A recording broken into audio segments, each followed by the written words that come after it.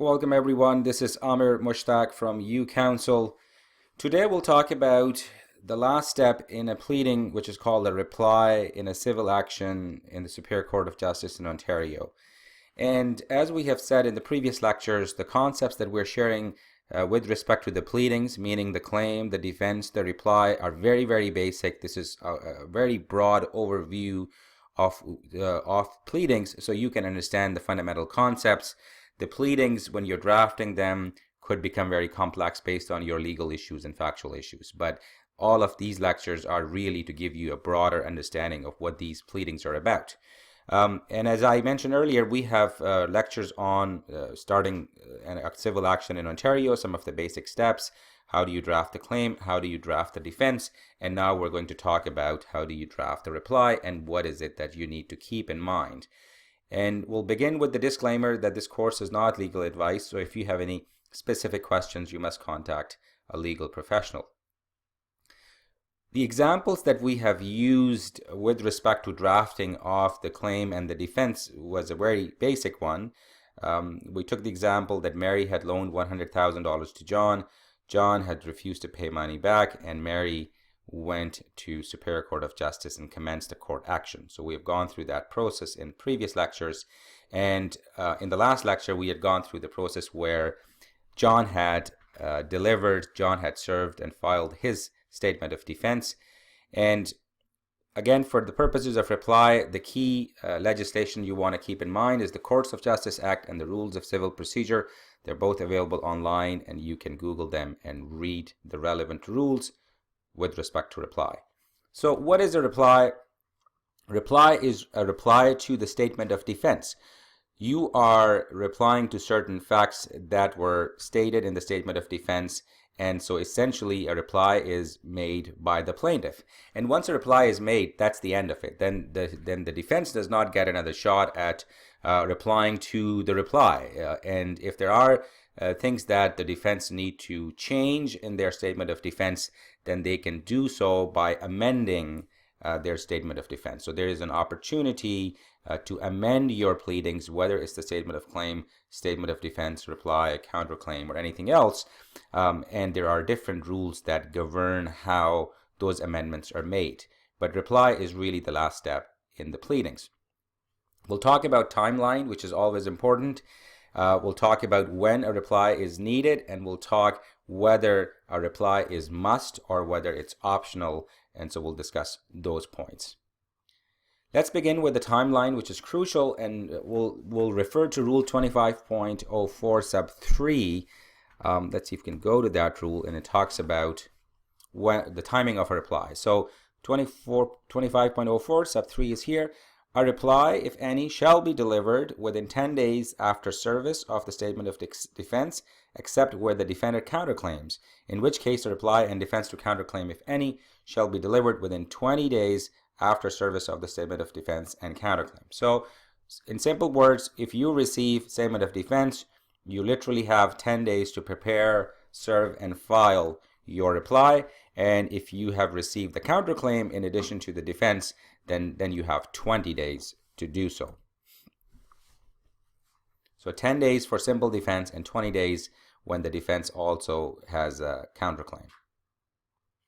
Now, when is reply necessary? Rule 25.08 sub 1 talks about when a reply is necessary. Let's scroll down and see exactly what that rule says.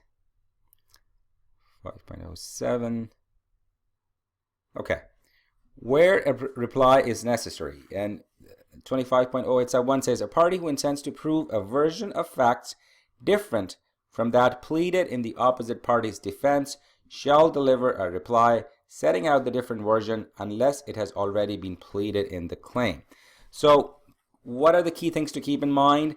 That defense has stated certain facts, and now you want to quote or you want to state a different version of those facts, then you can serve a reply. But it's important to note that if you have already dealt with those facts in your statement of claim, and then defense has just given a different version, then you do not go back and state another version of those facts or repeat the version. This is not an opportunity to repeat or deal with the facts that you have already dealt with. This is dealing with the facts that are newer, and you want to state different story. You want to keep in mind the language shall deliver reply, which is in the rule, right? So rule says that you rely on these facts, defense shall deliver. So the word shall means that you must.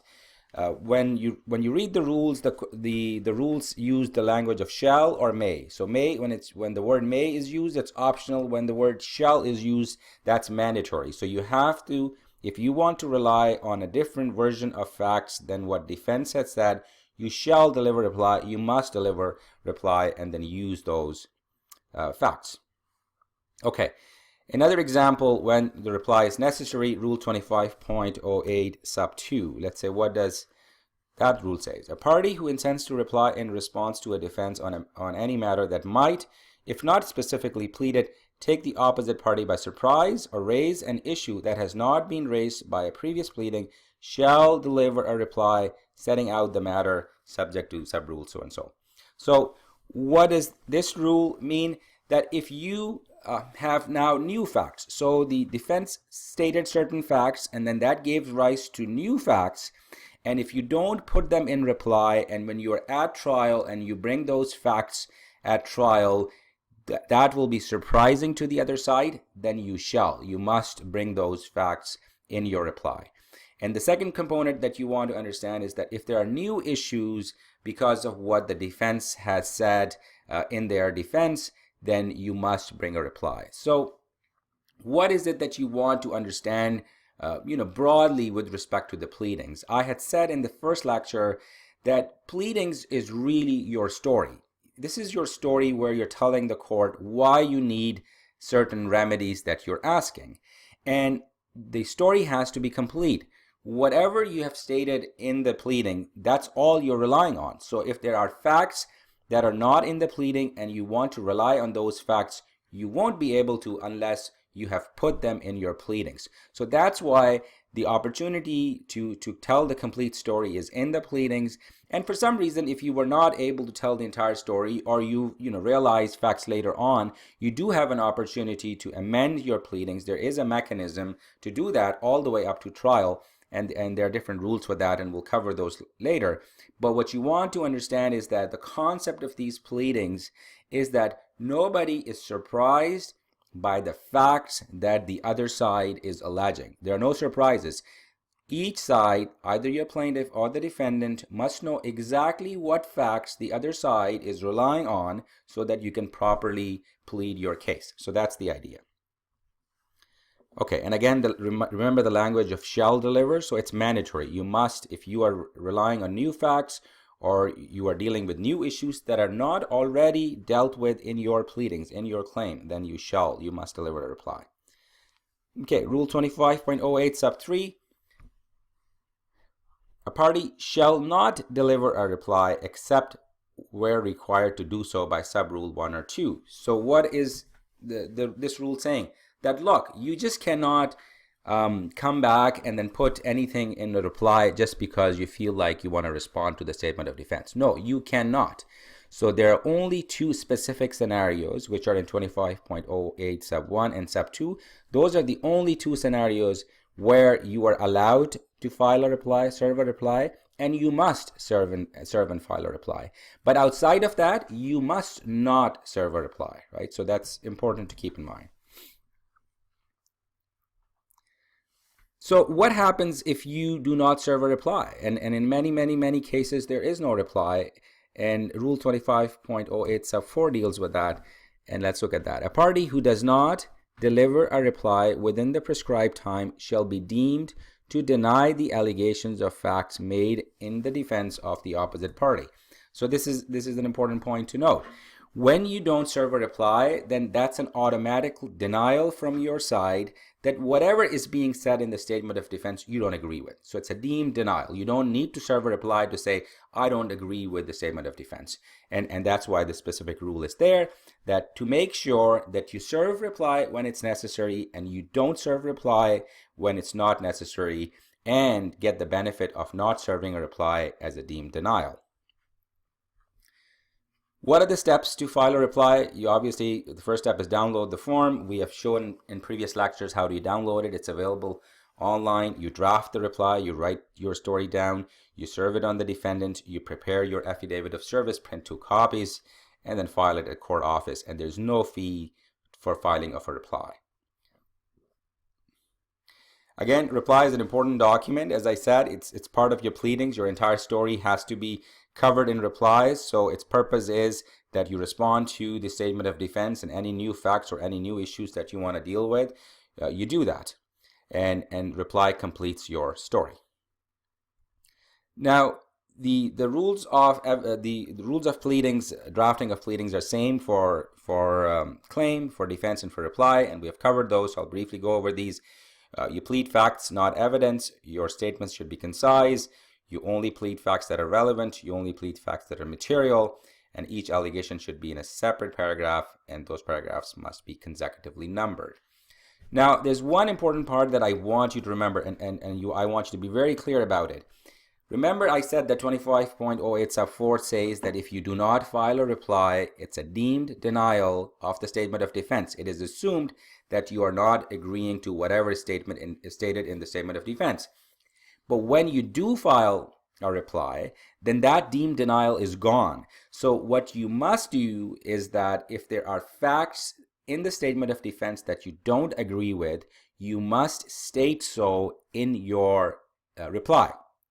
And my common practice is that I start off my reply by stating that the plaintiff denies each and every allegation raised in the statement of defense, just to cover myself off, because I don't want to miss out on a specific fact, and I've not dealt with that fact in a reply, and then I expose myself to a sort of an agreement of that fact in the statement of defense. So I think it's important to know that the deemed denial applies only when you have not served your reply. When you're serving reply, then you want to deal with every single fact in the statement of defense. Even though you're raising your new facts or you're providing a different version, you must say that I disagree with, paragraphs 1 to 27 or 1 to 5 or whatever paragraphs, but you must make sure that you have that. So keep that point in mind. Okay, so we've covered the concept of reply. Let me take you to the example that we've been using so that we can apply what we have learned a bit. And let's start by looking at the statement of claim so that you can get a sense of when the reply is needed and what are we doing in this case. So if you go through the statement of claim in the claim portion, in the claim video that we have gone through, you will notice that in that claim, Mary had simply stated that John had, their childhood friends, John had borrowed money, $100,000. He had promised that he will return, and then he has not returned it, so he is liable for $100,000. But when you read the defense, you will notice that John has now raised some new facts that Mary had not dealt with in her statement of claim. So, for instance, he says that not only that Mary and her are friends, but her parents were also their fathers were also childhood friends. So Cosner and Smith's fathers were also childhood friends. That's an interesting fact. And then John goes on to say that 20 years ago, his father had helped Mary's father when he was going through financial difficulties. And when John was going through financial difficulties in the near past, then Mary agreed to help him out, and this was the reason why this money was given as a gift. And everything was going smoothly until the families had a breakdown in their relationship, and it started off with some children fighting over hockey games and stuff like that. So essentially what you see is in John's statement of defense, he has now quoted new facts which were not covered by Mary in her statement of claim. And then it's important for Mary to deal with those. Is John telling the truth? Is he correct in saying that their parents, their fathers were childhood friends? Is he correct in saying that John's father had actually helped out Mary's father 20 years ago? So all of these facts are important because when a judge is reviewing, the judge is going to determine whether those facts are correct or not, and then decide whether this payment of $100,000 was indeed a loan or was it a gift. And so Mary, in her reply, will be or shall, if she wants to to portray a version of facts different than what John is stating must serve a reply and then tell her side of the story. And her story could be, could have more factual information that is not covered in John's statement of defense. So that's a scenario where a reply must be served because you are dealing with, as a plaintiff, new facts which were not covered in your statement of claim. Okay, so we've covered some of the rules. You can always look at rules of civil procedure. Rule 25 to 29 deal with pleadings. Rule 26 deal with amendments, and we'll cover that in a separate lecture.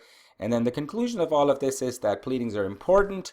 You must have a basic understanding of the underlying legal principles because your facts are going to support or are required to support the legal conclusions that you want the court to draw, and so you frame your facts accordingly. And if you're not clear about the legal underpinnings of what you are arguing in the pleadings, then you must go seek an advice from a lawyer, get a consultation, ask the lawyer to review your pleadings or get some coaching, but make sure that everything that you put in the pleading is properly in there, it's covered, you're not missing out either any factual issues or legal issues that you need to deal with. Hopefully these lectures give you a good understanding of what pleadings are about, defense, claim, reply, and we'll keep building on this information. Please send us an email or put comments in YouTube so we can address some of the questions that arise in your mind, and hopefully we'll continue to benefit from these lectures. Thank you for watching.